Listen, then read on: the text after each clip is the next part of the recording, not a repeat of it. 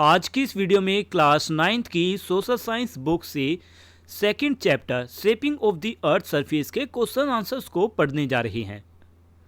Question first, what shapes the earth surface. इस question में पूछा गया है कि अर्थ की सरफेस यानी पृथ्वी की सतह का निर्माण और उसका आकार किन किन फोर्सेस की वजह से बदलता है। आंसर है the earth surface is shaped by both internal forces and external forces. Earth की सरफेस का आकार इंटरनल फोर्सेस और एक्सटर्नल फोर्सेस दोनों मिलकर बनाती हैं और बदलती हैं। Internal forces such as plate tectonic, earthquakes, volcanic eruption, folding और फोल्टिंग, इनकी वजह से माउंटेन्स, वैलीज और ओशियन बेसिन्स जैसे बड़े बड़े लैंडफॉर्म्स बनते हैं। एक्सटर्नल फोर्सेस जैसे वेदरिंग, इरोजन, ट्रांसपोर्टेशन और डिपोजिशन धीरे धीरे इन लैंडफॉर्म्स को घिसती हैं और उनका आकार बदलती रहती हैं। Together this forces continuously change and shape the earth surface. इस प्रकार इंटरनल और एक्सटर्नल फोर्सेस मिलकर लगातार अर्थ की सरफेस को बदलती और नया आकार देती रहती हैं। Second question, what is plate tectonic, what are the effects of plate movement. इस क्वेश्चन में पूछा गया है कि प्लेट टेक्टोनिक्स क्या है और प्लेट मूवमेंट से क्या क्या असर पड़ती हैं। आंसर है plate tectonic is the theory of that the earth lithosphere is divided into several large and small tectonic plates that move slowly over the semi molten asthenosphere. यानी प्लेट टेक्टोनिक एक theory है जिसके अनुसार अर्थ का lithosphere कई बड़ी और छोटी टेक्टोनिक प्लेट्स में बटा हुआ है। ये प्लेट्स सेमी मोल्टन एथिनोस्फीयर के ऊपर बहुत धीरे धीरे मूव करती रहती हैं। The movement of these plates causes many changes on the earth surface such as formation of mountain, formation of valley and ocean basin. मतलब इन प्लेट्स की मूवमेंट की वजह से अर्थ की सरफेस पर कई तरह के बदलाव होती हैं। फर्स्ट, प्लेट की मूवमेंट से माउंटेन्स बनती हैं। इसी मूवमेंट की वजह से वैली और ओशियन बेसिन्स का निर्माण होता है। प्लेट्स के हिलने से और टकराने से अर्थक्वेक आ जाती हैं। प्लेट मूवमेंट की वजह से वोल्केनिक इरप्शन भी होते हैं। इन्हीं मूवमेंट के कारण कॉन्टिनेंट और ओशियंस का निर्माण भी होता है।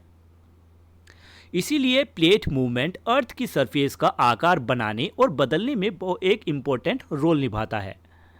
नेक्स्ट है question 3, how are landforms formed and how are they classified. मतलब लैंडफॉर्म्स कैसे बनते हैं और उनका क्लासिफिकेशन कैसे किया जाता है। आंसर है landforms are form by the action of internal forces and external forces. मतलब लैंडफॉर्म्स का निर्माण इंटरनल फोर्सेस और एक्सटर्नल फोर्सेस दोनों के प्रभाव से होता है। इंटरनल फोर्सेस की वजह से plate movement, volcanic activity, folding और फोल्टिंग होती है जिनसे बड़े बड़े लैंडफॉर्म्स बनते हैं। एक्सटर्नल फोर्सेस जैसे वेदरिंग, इरोजन, ट्रांसपोर्टेशन और डिपोजिशन इन लैंडफॉर्म्स को लगातार बदलते और नया आकार देती हैं। लैंडफॉर्म को उन्हें बनाने वाली फोर्सेस के आधार पर दो तरीके से बांटा गया है। First, landforms form by internal forces यानी इंडोजेनिक लैंडफॉर्म। यानी इंडोजेनिक लैंडफॉर्म वे लैंडफॉर्म्स हैं जो इंटरनल फोर्सेस से बनती हैं, जैसे mountains, volcanoes and rift valley. Second, landforms form by external forces यानी एक्सोजेनिक लैंडफॉर्म्स वे लैंडफॉर्म्स हैं जो एक्सटर्नल फोर्सेस से बनती हैं। एग्जाम्पल है river valley, deltas, beach, caves, sand dunes और moraines. Question 4, how are humans and other living being connected to this landform. इस क्वेश्चन में पूछा गया है कि ह्यूमंस और दूसरे लिविंग बीइंग्स का लैंडफॉर्म से क्या संबंध है। आंसर है humans and other living being depend on landforms in many ways. Landform provide water, fertile soil, forest, minerals and other natural resources. मतलब ह्यूमंस और दूसरे जीव अपनी कई ज़रूरतों के लिए लैंडफॉर्म्स पर निर्भर करते हैं। लैंडफॉर्म से हमें वाटर, फर्टाइल सोइल यानी उपजाऊ मिट्टी, फॉरेस्ट, मिनरल्स और अलग तरह के नेचुरल रिसोर्सेज मिलते हैं। They support agriculture, settlement, transport, industries, tourism and trade. Landforms खेती करना, बस्तियां बसाना, यातायात का साधन, इंडस्ट्रीज, टूरिज्म और व्यापार को सहारा देते हैं। रिवर्स, माउंटेन्स, फॉरेस्ट, डेजर्ट और कोस्टल एरियाज अलग अलग प्लांट्स और एनिमल्स के रहने के लिए हैबिटेट यानी उनके रहने की जगह उपलब्ध कराते हैं। लैंडफॉर्म्स क्लाइमेट, बायोडाइवर्सिटी, कल्चर और लोगों की लाइफ को भी इफेक्ट करते हैं। इसीलिए लैंडफॉर्म्स ह्यूमंस और दूसरे लिविंग बींग्स दोनों के लिए सर्वाइवल यानी जीने रहने और डेवलपमेंट के लिए बहुत जरूरी हैं। Question 5, how do disasters associated with different landforms impact human lifes? इस क्वेश्चन में पूछा गया है कि अलग अलग लैंडफॉर्म्स से जुड़ी नेचुरल डिजास्टर लोगों की जीवन पर क्या असर डालते हैं। Answer, disaster associated with different landforms such as earthquake, landslide, avalanche, मतलब अलग अलग लैंडफॉर्म से जुड़ी डिजास्टर जैसे earthquake, landslide, avalanches, glacier lake, outburst floods और डस्ट स्टॉर्म लोगों के जीवन पर गंभीर प्रभाव डाल सकते हैं। These disasters can, ये डिजास्टर की से कई समस्याएं पैदा हो सकती हैं, जैसे इनसे लोगों की जान और लाइफ स्टॉक यानी पशुओं की को भी हानि पहुंच सकती है। ये हाउसेस, रोड, ब्रिज और दूसरे इंफ्रास्ट्रक्चर को डैमेज कर सकती हैं। क्रॉप्स, फॉरेस्ट और फर्टाइल लैंड को भी डिस्ट्रॉय कर सकती हैं। इन डिजास्टर्स की वजह से ट्रांसपोर्ट, कम्युनिकेशन और इकोनॉमिक एक्टिविटी पर भी बुरा असर पड़ेगा। इन कई बार लोगों को अपने घर छोड़ने पड़ते हैं और उनकी लिवलीहुड यानी रोजी रोटी को पर भी बुरा असर पड़ता है। अगर proper planning, early warning system और डिजास्टर प्रिपेयर्डनेस पहले से हो तो इन डिजास्टर के नुकसान को काफ़ी हद तक कम किया जा सकता है और लोगों की जान और उनकी संपत्ति की रक्षा की जा सकती है। नेक्स्ट क्वेश्चन इस चैप्टर के जो लास्ट पेज पर दिए गए हैं, अब उन्हें पढ़ेंगे। Question number 1, What are the sources of energy that are required to cause movement associated with the internal forces of the earth? इस क्वेश्चन में पूछा गया है कि अर्थ के अंदर होने वाले मूवमेंट्स को चलाने के लिए एनर्जी कहाँ से आती है। तो आंसर में आप लिखोगे कि अर्थ के अंदर होने वाली सभी इंटरनल मूवमेंट्स मुख्य रूप से हीट एनर्जी की वजह से होती है। यही हीट एनर्जी पृथ्वी के अंदर की ताकतों को, फोर्सेस को काम करने में मदद करती हैं। अब देखते हैं कि हीट एनर्जी कहाँ से आती है। जब करोड़ों साल पहले अर्थ का निर्माण हुआ तब बहुत ज़्यादा हीट पैदा हुई थी। उस समय की कुछ हीट आज भी पृथ्वी के अंदर मौजूद है और वही एनर्जी का एक बड़ा सोर्स है। अर्थ के अंदर यूरेनियम, थोरियम, पोटेशियम जैसे कुछ एलिमेंट्स पाए जाते हैं। ये धीरे धीरे रेडियो एक्टिव डीके करती हैं, यानी ये अपने आप टूटते रहती हैं। इस प्रोसेस के दौरान लगातार हीट एनर्जी निकलती रहती है। यही हीट अर्थ की अंदर मूवमेंट को चलाने में मदद करती है। अर्थ के अंदर की यही हीट मेंटल और कन्वेक्शन करंट बनाती है। कन्वेक्शन करंट का मतलब है कि गर्म मटेरियल ऊपर उठता है और ठंडा मटेरियल नीचे आता है।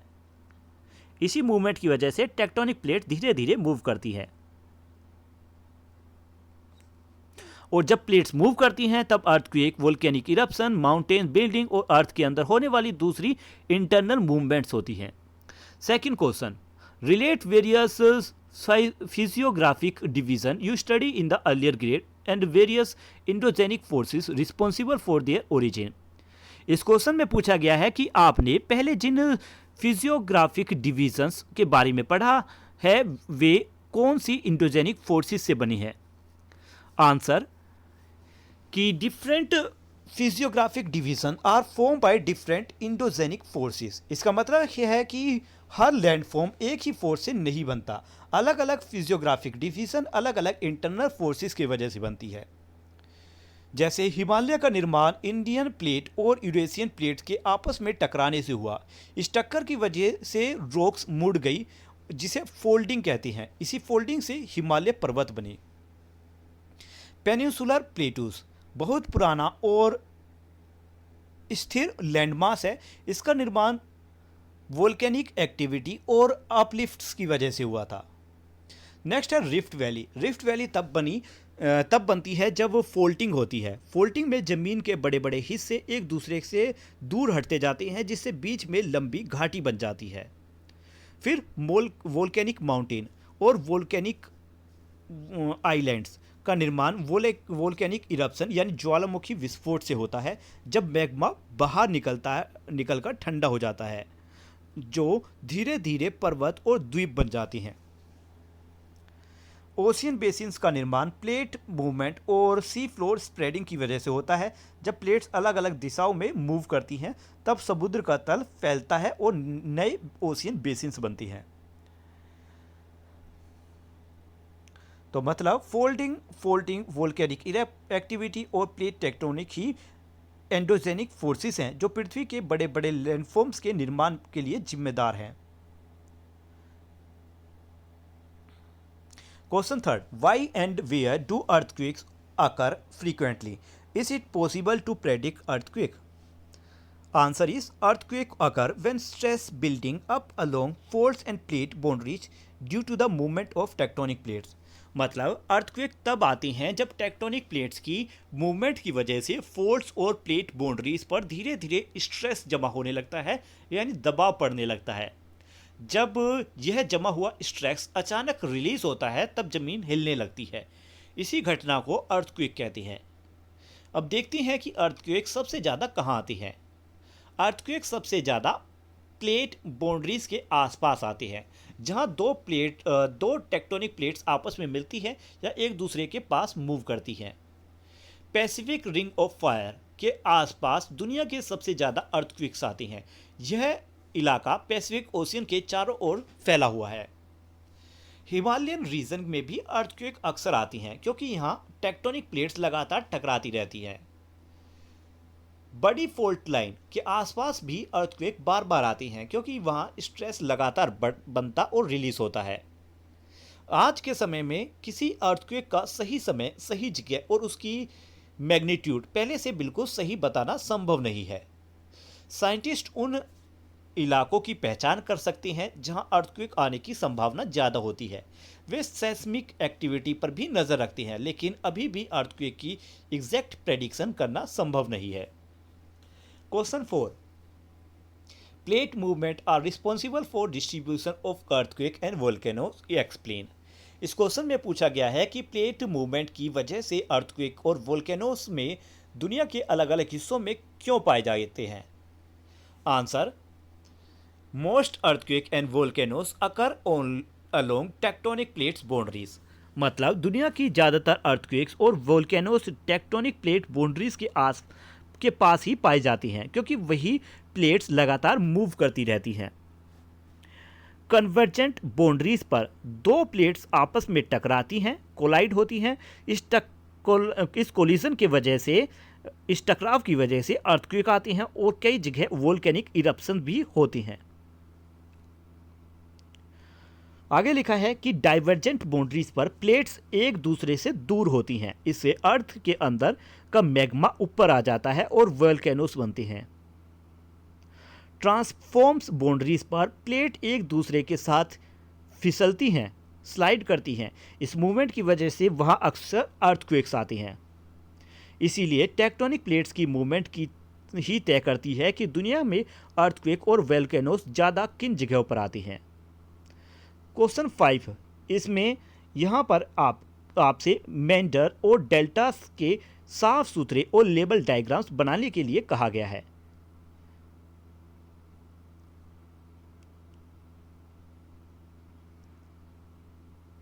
Question 6, how are deforestation and erosion associate with each other.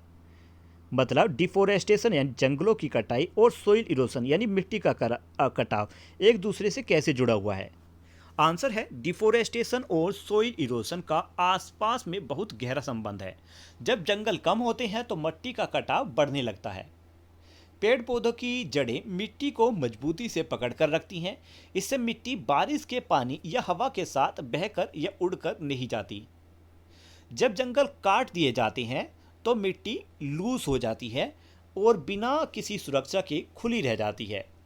इसके बाद बारिश का पानी और हवा आसानी से टॉप सॉइल यानी ऊपरी उपजाऊ मिट्टी को बहाकर या उड़ाकर ले जाती हैं।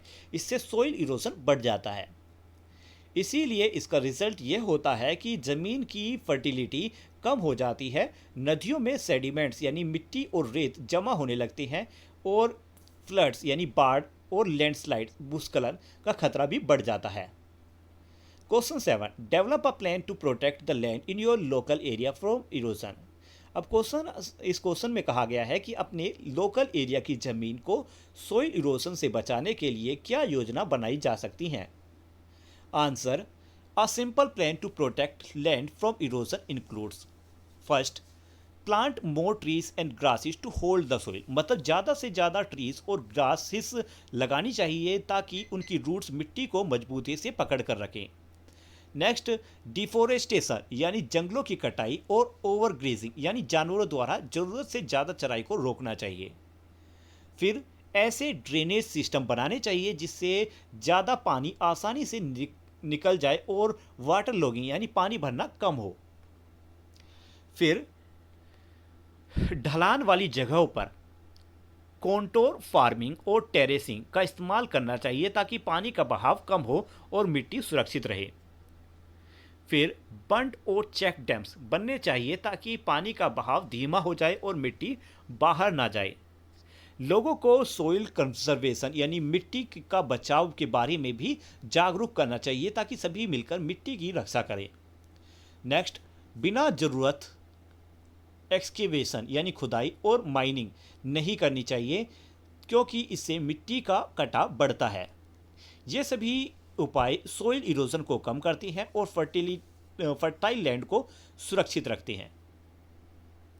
Question 8, which disaster do you think you might experience in your region, discuss a mitigation plan in your classroom.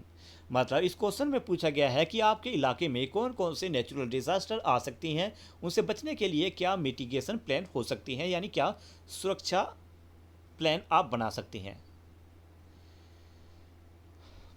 तो ये आंसर आपके एरिया पर डिपेंड करता है क्योंकि भारत में कई इलाकों में बाढ़, भूकंप, भीषण गर्मी, लैंडस्लाइड, साइक्लोन, डस्ट स्टॉर्म जैसी प्राकृतिक आपदाएं आम है। तो क्लासरूम में आपदा से बचने की योजना में ये बातें शामिल हो सकती हैं, जैसे लर्निंग एक्सकेवेशन रूट्स यानी आपदा के समय सुरक्षित जगह तक पहुंचने में एक एक्सकेवेशन रूट्स सीखने चाहिए। Next, conducting regular disaster drill यानी समय समय पर डिजास्टर ड्रिल्स करनी चाहिए ताकि सभी लोग इमरजेंसी में सही तरीके से काम कर सके। Keeping a first aid kit and emergency contact number ready, हमेशा फर्स्ट एड किट और इमरजेंसी कॉन्टैक्ट नंबर तैयार रखना चाहिए। Next, following weather and disaster warning यानी वेदर और डिजास्टर वार्निंग पर ध्यान देना चाहिए और उनके अनुसार काम करना चाहिए। नेक्स्ट, स्टेइंग काम and helping other during emergency यानी इमरजेंसी के समय घबराना नहीं है और शांत रहकर दूसरों की मदद करनी है। Next, preparing an emergency kit with essential supply यानी इमरजेंसी किट में ज़रूरती सामान जरूर होना चाहिए जैसे पानी, खाना, दवाइयाँ और टॉर्च। ये सभी कदम हमें पहले से तैयार रखने में मदद करती हैं और आपदाओं से नुकसानों को कम करती हैं। फिर आपसे क्वेश्चन नंबर 9 में अंडरग्राउंड वाटर द्वारा बनाए गए लैंडफॉर्म्स का एक मॉडल तैयार करने के लिए कहा गया है। तो स्टूडेंट क्ले, कार्डबोर्ड या थर्मोकोल की मदद से एक आसान 3D मॉडल बना सकते हैं जिसमें अंडरग्राउंड वाटर द्वारा बनने वाले लैंडफॉर्म दिखाए जाएं। Question 10, what precautionary measures will you take if you staying in an earthquake prone zone. Question पूछा गया है कि यदि आप अर्थक्वेक प्रोन रीजन यानी भूकंप के संभावित इलाकों में रहते हैं तो अपनी सुरक्षा के लिए कौन कौन से प्रिकॉशनरी मेजर्स अपनाएंगे। आंसर, यदि मैं अर्थक्वेक प्रोन रीजन में रहूँगा तो अपनी सुरक्षा के लिए यह सावधानी अपनाऊंगा। First, follow earthquake safety guideline. Second, build और stay in earthquake resistant building, मतलब मैं ऐसी अर्थक्वेक रेजिस्टेंस बिल्डिंग में रहूँगा या उनका निर्माण करवाऊँगा जो भूकंप के झटकों को बेहतर तरीके से सह सके। Next, keeping an emergency kit with food, water supply, torch and first aid supply. Next, secure heavy furniture and electricity appliance. Next, during an earthquake follow the drop cover and hold method, यानी भूकंप आने पर मैं drop cover और hold method अपनाऊंगा, यानी नीचे झुकूंगा, किसी मजबूत मेज या ढील टेबल के नीचे छिपूंगा और उसे मजबूती से पकड़ कर रहूंगा। Next, stay away from windows, trees, electric poles and buildings after the shaking stop. भूकंप रुकने के बाद मैं विंडो, ट्री, इलेक्ट्रिक पोल्स और बिल्डिंग से दूर रहूंगा क्योंकि इनके गिरने का खतरा हो सकता है। Follow official instructions and evacuation plan. मैं हमेशा इन इंस्ट्रक्शंस का पालन करूंगा ताकि सुरक्षित स्थान तक पहुंच सकूं। ये सभी सावधानियां अर्थक्वेक के दौरान चोट लगने की संभावनाओं को कम करती हैं, लोगों की जान की सुरक्षा करने में मदद करती हैं। इसके बाद आपको डायग्राम्स वगैरह दिए गए हैं बनाने के लिए। तो यहाँ तक ये वीडियो आज कंप्लीट होती है। मिलती है नेक्स्ट वीडियो में, तब तक। आज की इस वीडियो में